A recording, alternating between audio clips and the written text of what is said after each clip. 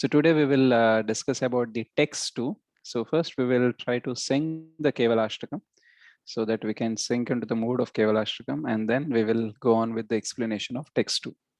Is my voice, everything is clear? Yes, Hare Prabhu. Krishna. Yes, Prabhuji. Always perfect, Prabhu. Oh, Hari Bol. Thank you, Prabhu. So I will sing. Mukham karoti vachalam pangum langayate girim yatkrupatamaham vande Shri Gurum Dinatarinam Paramanandamadhavam Shri Chaitanya Ishwaram. Madhuram madhurebhyopi mangalebhyopi mangalam pavanam pavanebhyopi hare nameva kevalam Hare Nameva Kevalam Abrahma Stambha Paryantam Sarvamayam Jagata Satyam Satyam Punaha Satyam Hare Nameva Kevalam Hare Nameva Kevalam Saguru Sapita Chapi Samata Bandhavopi Saha Shikshaye Chet Sada Smartum Hare Nameva Kevalam Hare Nameva Kevalam Nishwase nahi vishwasaha kada rudho bhavishati kirtaniyamato balyat Hare nameva kevalam Hare nameva kevalam Hari Sadavase Tatra Yatra Bhagavata Janaha Gayanti Bhakti Bhavena Hare Nameva Kevalam Hare Nameva Kevalam Aho dukham mahadukham Dukha dukhataram yataha Kachartham vismritam ratna Hare nameva kevalam Hare nameva kevalam Diyatam karno niyatam vachaha giyatam nityam Hare nameva kevalam Hare nameva kevalam Trini kritya jagat sarvam Rajate sakalo pare Chidanandamayam shodham Hare nameva kevalam Hare nameva kevalam Hare Krishna Krishna Krishna Hare Hare Hare Rama Rama Rama Hare Hare. So today we will see the second Hari verse. Bol Hari Prabhuji. Bol, Hare Prabhuji. Krishna. Hari Hari Bol, Bol. Hari Bol.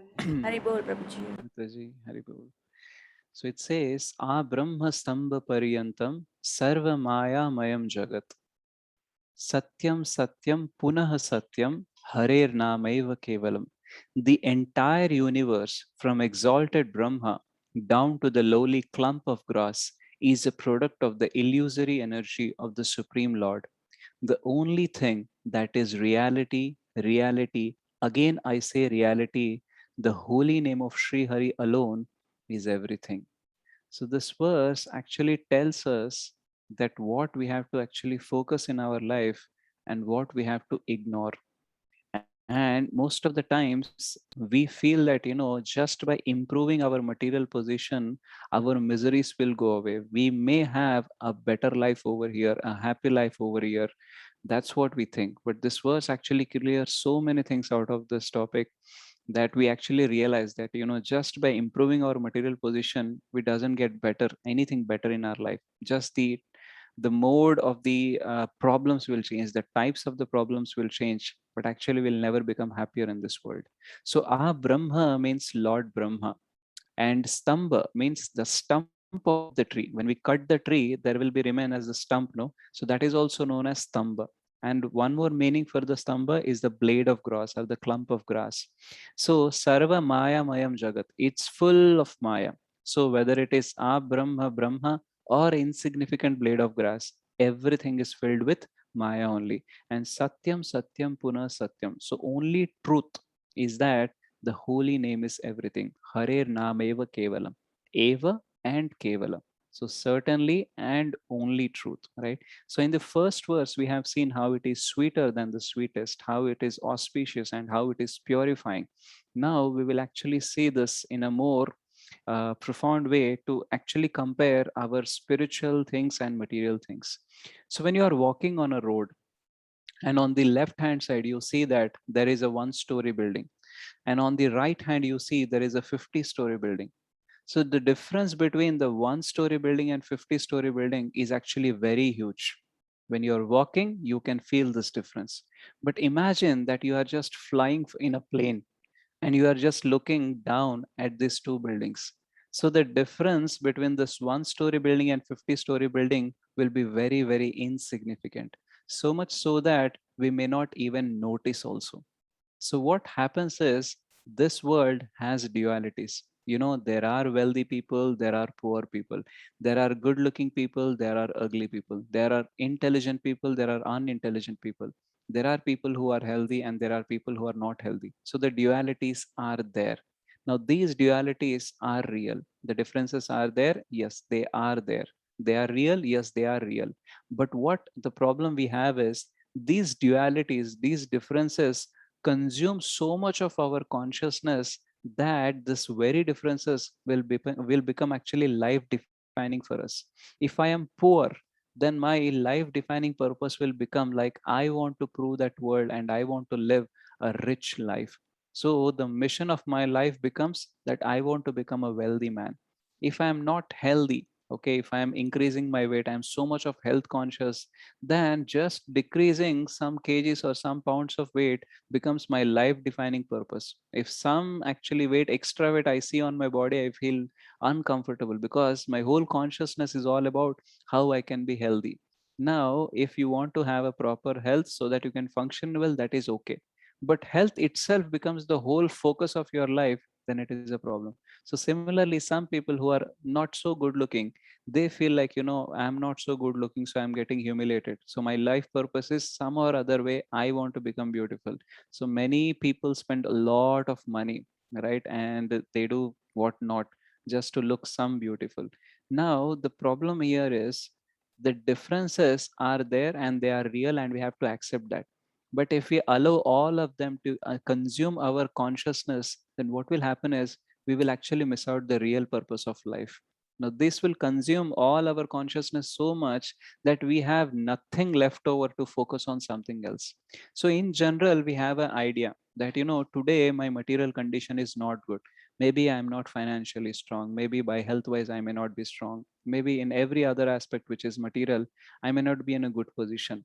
And that is the reason I think I am not happy.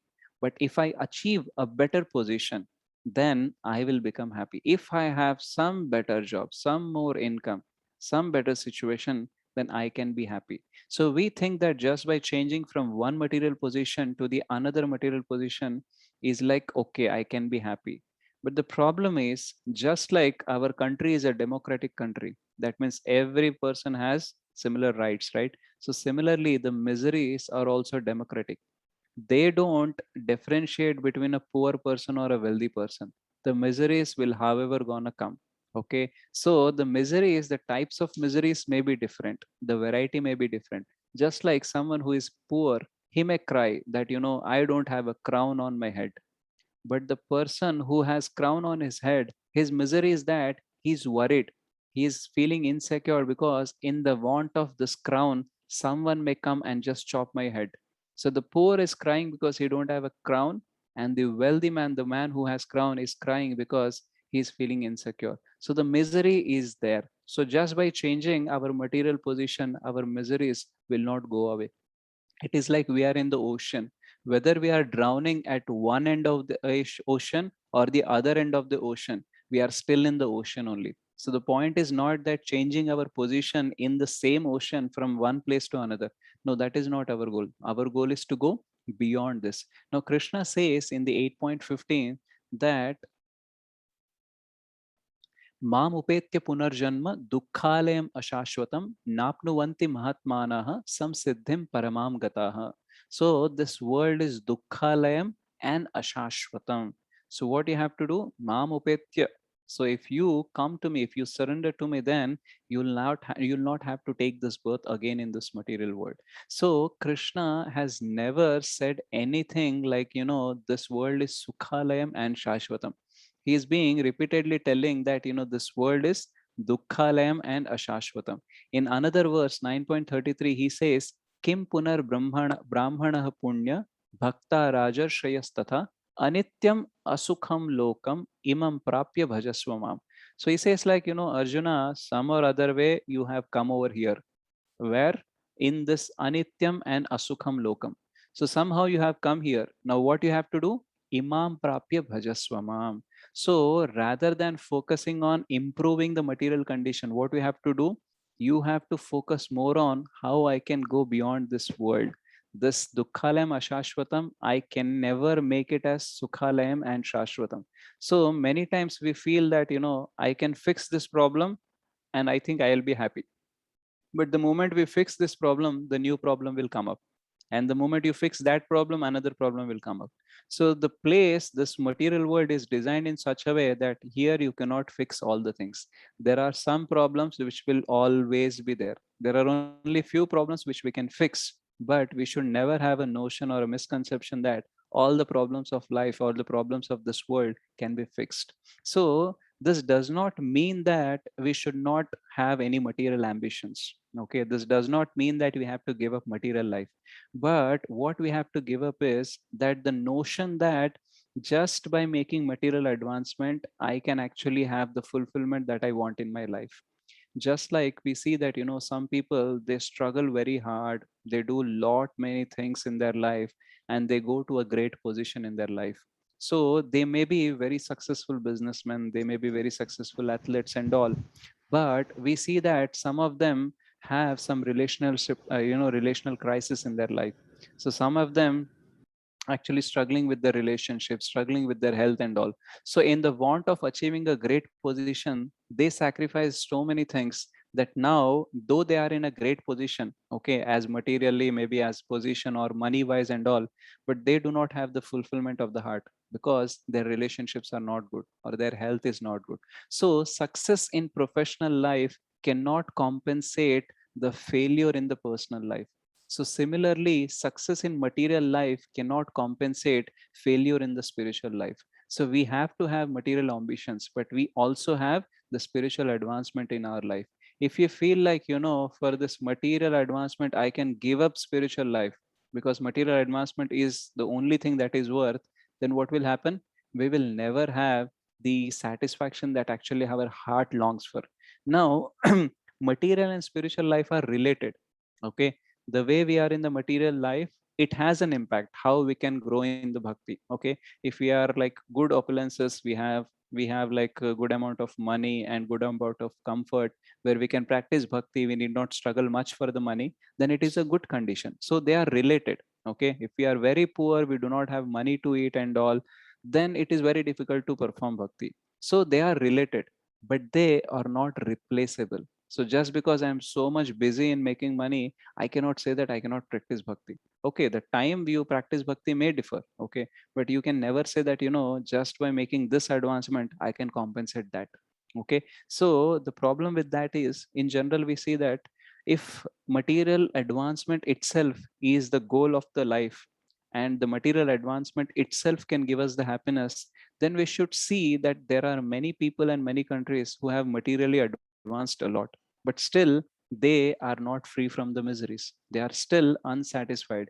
Now, when Prabhupada went to hippies, when he went to America, then he asked people, like, those who are very proud of the nation, they asked, like, if you are so wealthy, if you are so advanced, if you have so much of technology and all, why your people are becoming hippies? Right? So material advancement is good, but that itself will not bring the happiness. So there is one anxiety epidemic. There is a concept called as anxiety epidemic. So it has a peculiar characteristic, like, anxiety epidemic means just like we have different diseases of epidemic and pandemic and all. So like that, nowadays the psychological problems are very, very high. And the researchers say that the anxiety is based on uncertainty. So if the external conditions are uncertain, then there will be anxiety inside. Now the question comes is, that means if the outside things are very certain, then the anxiety should come down. So in general, the anxiety problem is not more in the Eastern countries or the developing countries. It is more in the developed countries. So actually in India, if you see, there is no guarantee that when you switch on, the light will on. When you switch on the fan will on. When you open the tap, water will come. So there is no guarantee, there is no certainty. Many times it may not happen also in many of the places. But when you go to the developed countries, these are not the problem. There is almost 100% certain that when you open the tap, the water will come. When you switch on, the light will on. So the certainty is more, so anxiety should be less. Okay, and in India the certainty is less, so the anxiety should be more. But the researchers say that, in the developing countries the anxiety is less. Now this is also not over. Okay, there is a peculiar characteristic which I'm talking about, that the people when they live in India, the Indians when they live in India, they do not have anxiety. Okay, but the same people when they go to the Western countries, they will develop this anxiety. So the researchers saying that the anxiety is because of the outer uncertainty. Then when the things get certain, the anxiety should come down. But why it is shooting up? So the problem is that anxiety is not only because of the outside uncertainty. It is also because inner instability. So we are just, struggling in this material ocean, what to do, what not to do.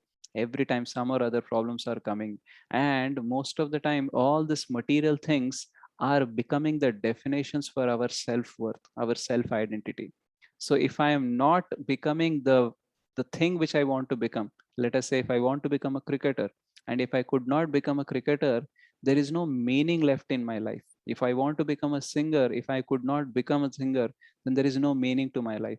So we are thinking that our self-worth is equal to what is our net worth. Okay, so what I possess, what position I hold, that actually defines who I am and what is my worth. But actually we all are souls, and our worth cannot be measured in material things. So when we start only focusing on the material things, we actually do a biggest mistake. So the money, the needs of all the things that we have to fulfill, all those things are our functional necessities. So those are required to be fulfilled. There is nothing like we can deny it. We have needs, we need money, so many things are there we have to fulfill, that's fine. So those are functional necessities. But when we make our functional necessities as the foundation or as the only source of happiness, then the problem will become. So we need money not to become happy, but to fulfill certain needs, so that we can be settled and we can focus on that which is actually important as a soul. But what happens, these dualities will consume our consciousness in so great way, that we feel like only getting settled in this life, only having more money actually is the most important thing. And for that, I want to give all my time over there. I do not divert my time to any spiritual activity because I have so many things to do. Okay, so why we are getting into this now? When we hear this, okay, so we wonder, oh, if this is the truth, then why we are actually going over there? Why we are so much of materialistic? Why can't we just listen this and we just realize this and we can go on into the spiritual side? We can balance our material life and spiritual life. So why we are not able to do it? So one of the number one reason is that the desires that are induced by the media. There was a very great one corporator when he was having a meeting. So he asked what you are discussing. So then the people who in the meeting, they said that we are discussing about how what product actually people will need. So what product I should form, so that invent, so that it will fulfill the need of the people. So then the corporate leader said that it is not people's responsibility to decide what they need. It's your responsibility to decide what they need. So do not make a product which they need, but you make a product and advertise in such a way that they should feel like it is the greatest need that they have. So like that, the propaganda is going on. And that is why our consciousness is completely consumed in just acquiring the material things. So actually, when we are chanting, so why we have to discuss this? Because while we are chanting, so many things will come in our mind. Most of the things will be material. And we will be just having hypothetical thinking. If this could have done in that way, if I could achieve this, if I could change like this, then things would be better. Then things will make me happy. So like that, so many propositions are coming through the mind. Now, while they are coming, if we are aware that material responsibilities are important, but those are not all important, then what we can say to our mind? We can say to our mind that yes, it will make difference, but from the ultimate perspective, this is not going to make any big difference. So some changes in our life are important, but they are not so important that we can give up chanting or we can give up our devotional life. After giving up, if we are making something worth, then there should be some meaning, isn't it? But we are giving up our most important thing only for something which is not so great of worth. So when we are aware about it, and when we are chanting and meditating on this, then we can reject our mind's proposals. Yes, they may be important, but I can take them later also. So, a Brahma Stambha Paryanta Sarva Maya Mayam Jagat. So, we don't let our consciousness get absorbed in material things. So, what we have to learn, like, a Brahma Stambha Paryanta, everyone is Maya, then we talk about Lord Brahma as a pure devotee. So, why we are telling as Maya? So, Lord Brahma is not Maya. Actually, thinking that by becoming Brahma, I will become happy, that is Maya. So, this whole world is not Maya. Okay, but thinking that this world is for my enjoyment, I can make a better life over here only, I need not go anywhere. This notion is actually Maya. Everything that we see is real. So the Mayavadi says that Jagat Mithya, Brahma Satyam, Jagan Mithya. So the world is false, they say. No, the world is real, but thinking that this will give me happiness, that is actually the problem. So what is Maya is that thinking that this world is made for my enjoyment, the objects are there for my enjoyment, is actually Maya. So if I achieve a better position, so what this Brahma name indicates in this verse, that if I become better in my material position, I can get the happiness, and that is the source of happiness. Not only that, that is the source of happiness, but we start thinking that that is the only source of happiness. So Krishna consciousness is not about giving up everything else for Krishna's sake, which other paths like jnana will tell you, you have to give up this thing, you have to give up that thing and all. But bhakti doesn't talk about giving up everything. Bhakti says that, everything may be important, but let everything else wait. While we are chanting, we need not be give up those things, we need not give up our chanting to focus on those things. Yes, there are many important things in my life which needs my time, but I can take it little later also. Now I am chanting, so let me focus on the most important thing, that actually gonna create or give me the real happiness, isn't it? So when we are aware about all these things, there is a chance that we can be more attentive in our chanting. So our mind has one great quality. What it does is it eternalizes everything. That means it creates such an urgency in our mind that, just because I'm talking all this, it doesn't mean that I have understood everything and I'm controlling everything, right? But I feel like, at least by sharing this, I will get improvement in my ways in controlling the mind and all. So the mind has the quality that, it will eternalize everything. So it will show in such a way, in such an urgency that if you don't deal it now, okay, then you cannot deal it ever. Or if you don't deal that thing now, it will gonna remain for all your life. So what it does, a small temporary thing also, it make it so big and so urgent and so important that you feel like everything else just keep aside, just let me focus on this issue only. So that is why sometimes, when we are like, when we are chanting and someone comes and talks to us, so our mind feels like giving the reply now is the most important thing, not chanting, so we reply. Okay. And sometimes we see our children or our someone in our house are doing something which we don't like in front of us while we are chanting, and we open our eyes and we see that they are doing something which we don't like. We wanted to respond. So our focus is not on Krishna, our focus is on like, now I have to respond only. So mind can eternalize anything. It will say like, this is the time, you have to handle it now only. Okay. So when we are chanting and when we are actually learning more about the holy name, what we will actually realize that this holy name is actually the eternal thing. Everything that mind is making eternal is not the eternal thing. So suppose if I tell you that, my hand is red. Okay. How many of you believe that my hand is red? No, Prabhuji. Hare Krishna. Okay. Why you don't believe that my hand is red? It is not red, Prabhuji. Hare How you Krishna. know it is not red? We are right, Prabhuji. Hare You Krishna. have seen red color, you know what red Yes, means. yes, That is yes. why when I say that it is red, you said it is not red. Similarly, when we don't chant, when we don't practice devotional service, we don't know what is eternal, what is temporary. That is why when mind says that this is eternal, we will start believing it. The mind says this is important, we'll start believing it because we don't know what is important and we don't know what is eternal. So whenever it tries to eternalize something, we just give in to their thought. Why? Because we don't know what is eternal. So when we chant, when we are more aware about it, when we learn more about the holy name, we'll start appreciating the holy name more and more. And that time we will realize like, okay, this is the actually eternal thing. Krishna will stay even after I lose everything. Krishna will stay even after I do any blunder. So Krishna is the person who is going to stay with me all the time. He's never going to leave my heart, and he is the person who knows what I'm going through and what I need.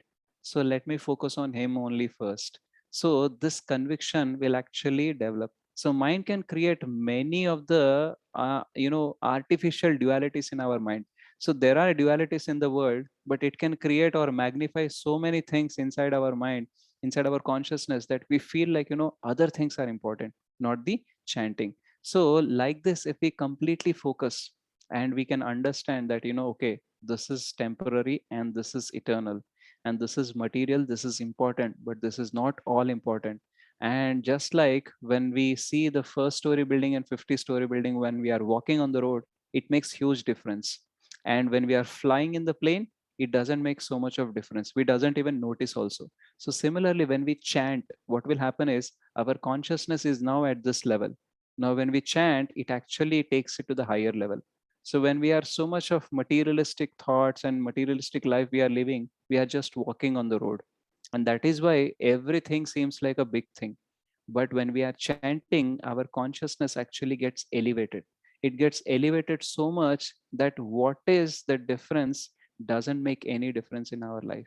Okay, yeah, there are differences. Somebody are poor, somebody are wealthy. Maybe I'm not from the very fortunate or wealthy family. But still, from the ultimate perspective, these things doesn't matter much. They may matter as long as I'm in this world, as long as my needs are not fulfilled, they may matter. But from the ultimate perspective, it doesn't matter. So similarly, this chanting will elevate us and it will give us this realization what matters and what we have to focus on. Otherwise, what will happen? We just consume all our consciousness, we just give up all our time in doing so many things which are actually unnecessary. So we can just look back in our life and we can see how many unnecessary goals we have taken up only to prove something to someone who may not even care after proving also. How many times we might have taken up some fights or some grudges or so many things that actually doesn't matter at all. Okay, only when we are at the material consciousness they matter, but once we elevate our consciousness, that they doesn't matter. Just like, sometimes when we look back 6 months back or 1 year back, we also had problems, now also we have problems. But when we look back the problems which are solved now, then we will feel like, oh, I should have not got tense that much for that small problem. I was unnecessarily taking so much of tension for that such small problem. So when the problem was there, it was very big. Now it is solved, you have passed on. Now it is looking like small. So what change has happened?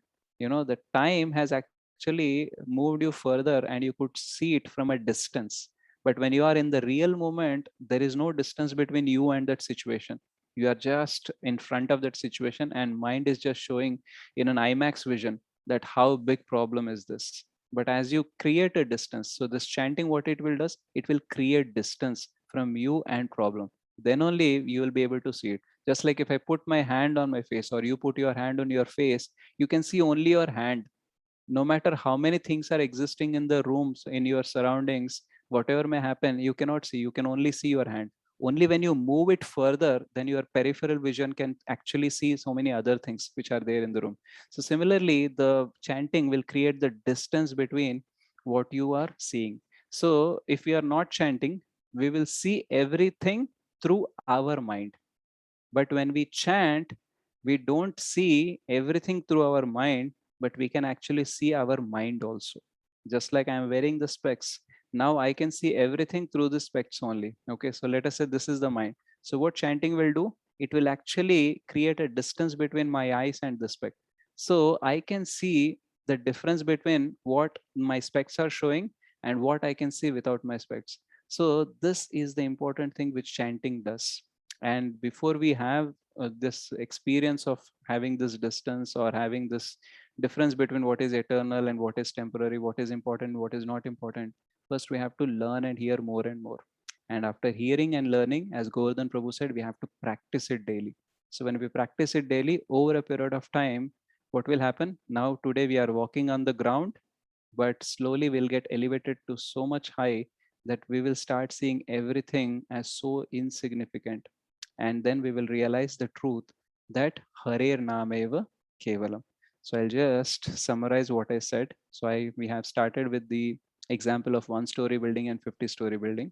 When we are flying, they don't make much difference. So when we are not flying, when we are walking on road, it makes a lot of difference. That is the reason the dualities consume our consciousness so much that if I'm poor, then my life goal will become like whatever I may happen, I want to become rich. If I'm ugly looking, then I want to become a good looking person. So that becomes a life defining purpose for us.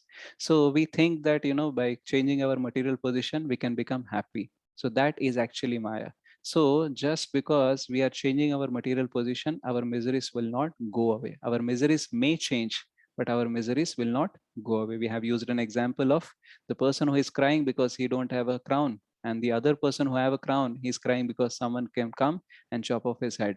Then we have seen how Krishna told that this is dukkhalayam ashashvatam. So some problems we can fix, but all problems we cannot fix. So the ultimate goal should not be to make something here only and stay here.